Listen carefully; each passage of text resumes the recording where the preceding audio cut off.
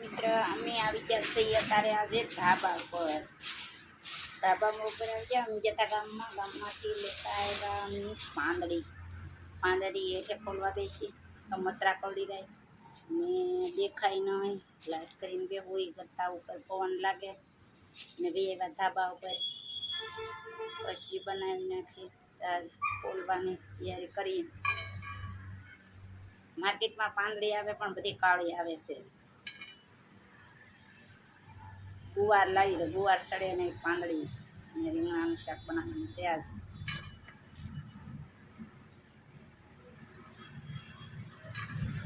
બધી આવી રીતે ખોલીને દાણા કાઢી દેવાના છે.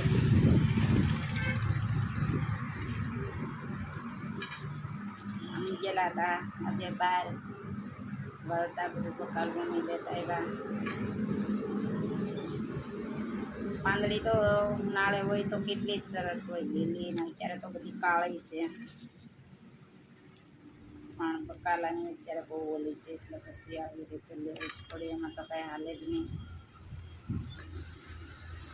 ધાબા ઉપર આવે પવન ને મચ્છરનો કવડાવે અને સરસ મજાનો ઉપર હાઈવે રોડ ઉપર વાહન જોતા હતા એ પાંદડી ખોલતા હતા. એ પણ પાંદડીમાં પાછું જીવ તો બધું ન ગળી જાય એ જોતું જવું પડે, નકર પાછું એ બધું કેલ છે.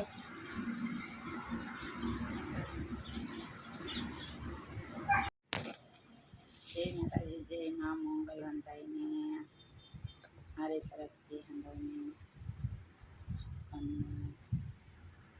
કે હાલ મિત્ર બધાય ધાબા પર બેનું બેહવા. હું એકલી ધાબા પર વહી આવીશું. ધાબા પર આવીને હું તો પાંદડી ખોલવા બેઠીશું. પાંદડી ખોલતા ખોલતા મેં કીધું એકાદી રીલ બનાવીએ. ધાબા પર એવું સરસ ધાબા પર મજા આવે. હેઠે તો આખો દિન બેહી નહીં તે પણ થાકી જાય. તો અમને એમ લાગે કે ધાબા પર જઈએ તો ઘડી વાહન જોઈ, માણસના મોઢા જોઈ તો થોડાક ફ્રી થાય. ઘરમાં તો હાવ જેલમાં પુરાઈ જાય એવું લાગે. એટલે મેં કીધું હું લઈ લઉં કોથળીને હું ડીશ લઈ લીધી. મેં કીધું વહી જાય ધાબા ઉપર. ધાબા ઉપર પાંદડી બધી ખોલાઈ જાય પછી જ નીચે ઉતરવું. ત્યાં લગી નીચે ઉતરવું નથી. એવી રીતે માથે બેવું તો ખાઈ હતા. પછી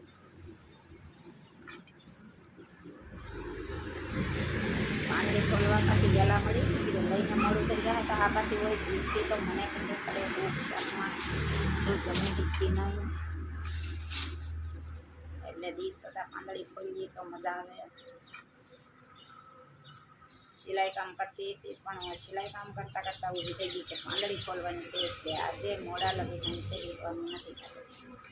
મોડા લગી હંચે બેસી તો પછી પકાલું ફૂટવામાં થોડીક વાર લાગે ને તકલીફ પડે. લાઇટને આજવાળે મને બરાબર ફૂટવું છે નહીં.